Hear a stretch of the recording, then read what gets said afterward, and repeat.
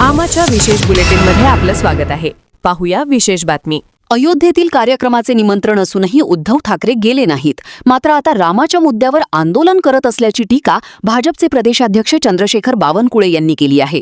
ठाकरे यांनी भगवान राम यांना राजकारणाचा विषय बनवल्याचा आरोप करत आमच्यासाठी राम म्हणजे आस्था, संस्कार आणि संस्कृतीचा विषय आहे, असे ते म्हणाले. उद्धव ठाकरे यांच्या रामरक्षा आंदोलनावर त्यांनी यावेळी जोरदार निशाणा साधला. रामरक्षा आंदोलन उद्धव ठाकरेंनी आणि टीमनी केलेला आहे किंवा करणार आहेत, एक प्रकारचा ढोंगीपणा आहे. खरं तर हिंदू हृदय सम्राट बाळासाहेब ठाकरेजींना आज पुन्हा वेदना होतील. उद्धव ठाकरे असे का भरकळले? खरं तर जेव्हा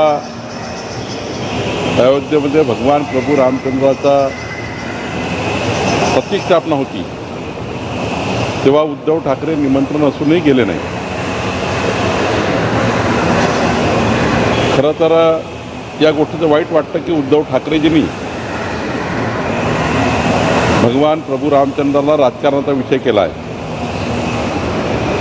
आणि राजकारणाकरता कुठल्याही स्तरापर्यंत जाण्याचा हा प्रयत्न आहे. आमच्याकरता भगवान प्रभू रामचंद्र हे आस्थेचा, संस्कार, संस्कृतीचा विषय आहे.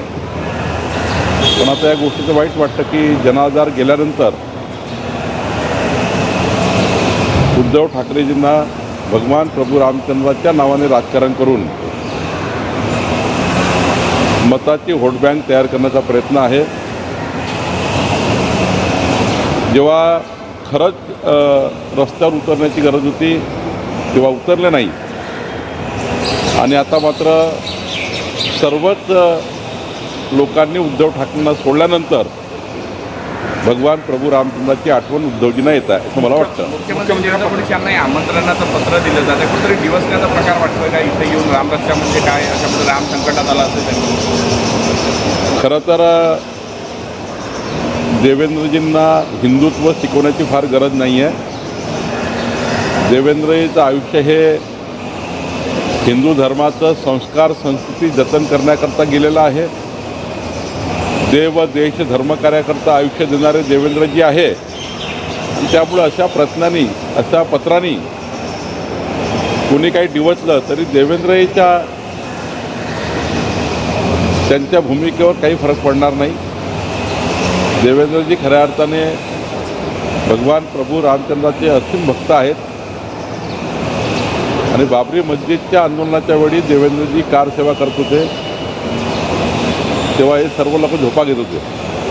त्यामुळं देवेंद्रजीबद्दल बोलून आणि ते नागपुरात बोलून केवळ त्यांना टीका मिळत आहे, काही दुसरं मिळत नाही.